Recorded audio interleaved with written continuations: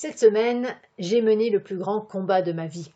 Jamais je ne m'en serais cru capable. Oui, je suis allée faire mes courses pendant le confinement. Depuis quelques jours, je remarquais bien que les fleurs de mon jardin disparaissaient à vue d'œil.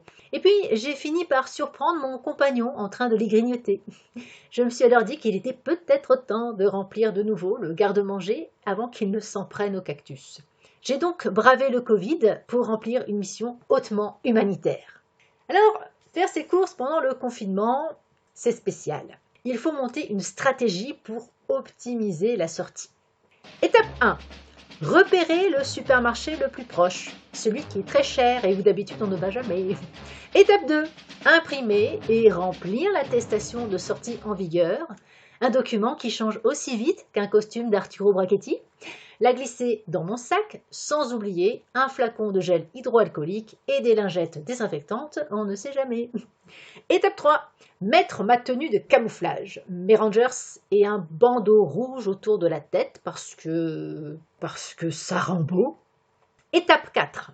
Dire au revoir à mon compagnon en lui promettant de revenir, avec une voix super dramatique, tu sais, comme dans les films. Étape 5. Se faufiler jusqu'à la voiture et prendre la direction du supermarché en empruntant des routes désertes. La route m'a semblé horriblement longue.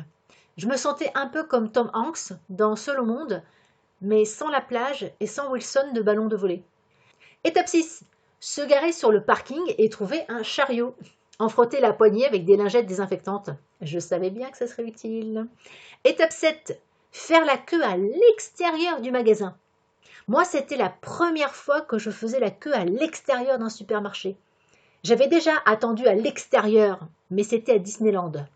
La différence, c'est qu'on entre quand même vachement plus vite au supermarché pendant le Covid que dans une attraction de la grosse souris en temps normal. Et puis, c'est drôle parce que on est tous les uns derrière les autres. On respecte la limite de 1 mètre entre chaque chariot et on attend pour entrer. Et c'est pendant cette attente que la paranoïa commence vraiment à se manifester. On s'observe tous, en silence, à l'affût d'un ruissellement inopportun de sueur, d'une goutte au nez suspecte ou d'un éternuement inopiné. Sans oublier ceux et celles déguisés en cosmonautes, avec masque de plongée, gants mappa, tout de papier aluminium embobiné, qui espèrent échapper ainsi aux miasmes et autres gouttelettes de plugue. Tout le monde devient louche. Le moindre reniflement ou raclement de gorge provoque une peur non dissimulée. Étape 8.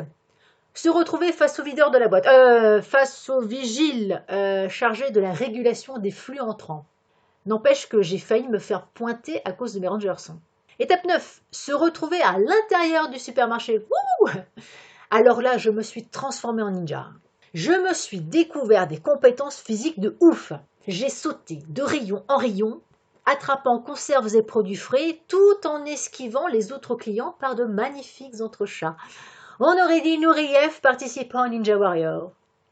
J'ai même eu l'impression, à un moment donné, d'avoir voyagé dans le temps et dans l'espace. Dans certains rayons, on se serait cru en URSS pendant la guerre froide.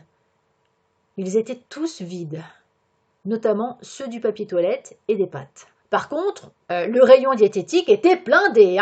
Il y avait même une ristourne, 2 briques de lait de soja achetées, un paquet de tofu offert. J'avoue que j'ai hésité. Étape 10. Virevolter jusqu'aux caisses. Par chance, une caissière était seule et semblait s'ennuyer derrière son plexiglas. Je n'ai jamais été aussi rapide pour déposer mes articles sur le tapis et les récupérer de l'autre côté. Étape 11. Foncer jusqu'à ma voiture tout en contournant au large les personnes arrivant en sens inverse. Étape 12. Soulever le chariot et le vider littéralement dans le coffre de la voiture. Étape 13. Ranger le chariot au plus près et sortir avec les dents le flacon de gel hydroalcoolique pour me désinfecter les mains. Étape 14. Rentrer à la maison et trouver le chemin du retour encore plus long qu'à l'aller. Étape 15. Être accueillie comme une héroïne par mon compagnon qui tenait une pince à épiler dans ses mains. Je crois que mes cactus n'ont pas survécu. Seuls ceux qui ont fait les courses et donné de leur personne pendant ce confinement peuvent comprendre. Je suggère, à l'issue de cette crise sanitaire, la création d'associations d'anciens des courses au supermarché. On pourra se retrouver entre vétérans pour penser nos blessures physiques comme psychologiques. On se souviendra, ému, de la bataille du rouleau rose ou de la blitzkrieg de la farfalle. On érigera des statues à la gloire de nos compagnons tombés au combat, parce que les autres ne pourront jamais comprendre. C'était notre guerre.